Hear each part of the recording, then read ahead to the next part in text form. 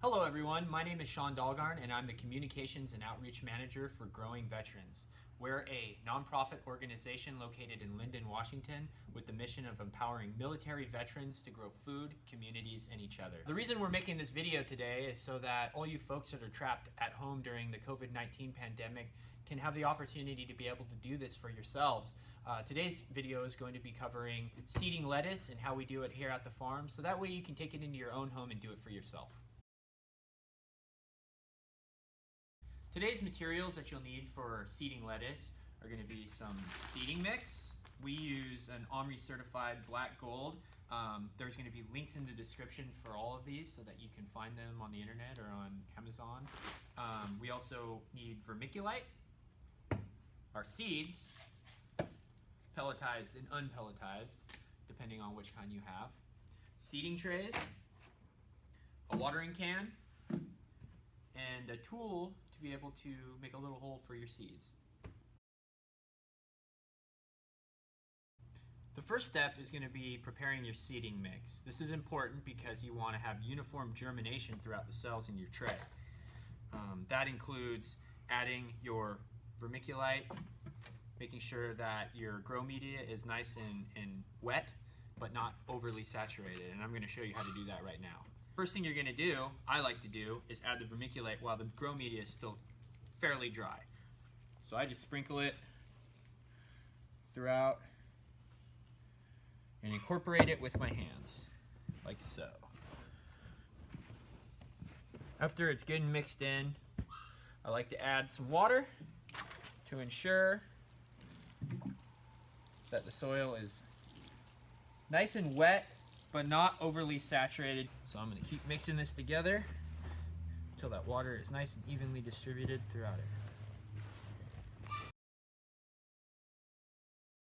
See, there's no water dripping out of there now, so it's pretty much ready to add to your seeding trays. Now that we've got our seeding mix prepared, we're going to want to add it to the seeding tray. It's very important to do this right because it can have very real effects on the germination rate if done wrong. So you want to make sure that you have it evenly distributed throughout all of these cells, and you want to make sure that it's compact but not overly packed, so that way that the seed has room to expand and grow within that cell. So I'm going to show you how I do it. Here you go. You want to make sure you remove any large particles of wood or any other sort of debris that's in the seeding mix. You want it to be pretty much dirt, vermiculite, and any other amendments that are in it.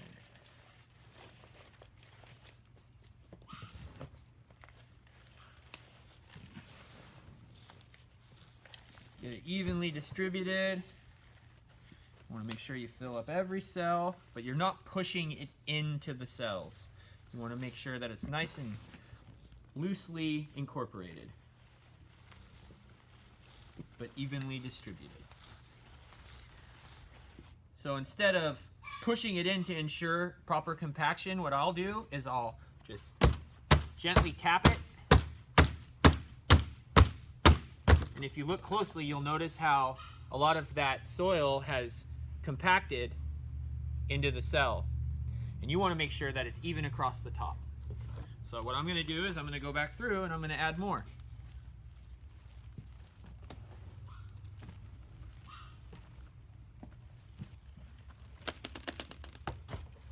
You don't want it heaping over the sides or in a mound coming over the top of the cell. You want it to be nice and even. Use your hand to smooth it out. You want to be able to see the delineation between each cell. That helps when you go back and you water. So now you're ready for seeding. What you do is take your prepared seed tray, and you're going to want to make holes. And per the directions of these seeds, you want to do 1/8 of an inch to 1/4 inch. So if you have a handy dandy tool like this, it actually has seeding depths on them, but you can use a pen, you can use your finger, you can use whatever you have available to you. There's no rule that says you have to use this. This is just a nice little tool that you can use. So I go through, and I like to make all my holes first. Next thing you're going to want to do after you get all of your holes prepared is start adding seed. I just drop them right in.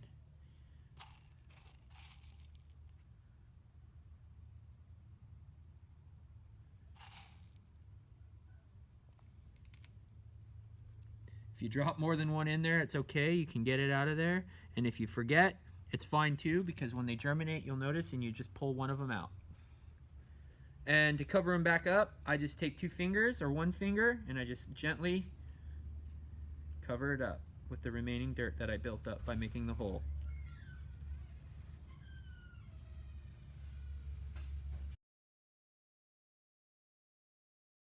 Once you've seeded your entire tray, what you can do is you can take them and you can put them in a nice warm environment. The directions on your seed packet will give you a good range as far as temperatures that these will do their best at as far as germination is concerned. Usually for here at the farm, we keep them indoors until it's time for them to be transplanted outside. There'll be a video coming up shortly showing you how we do that once they're ready to be transplanted outdoors.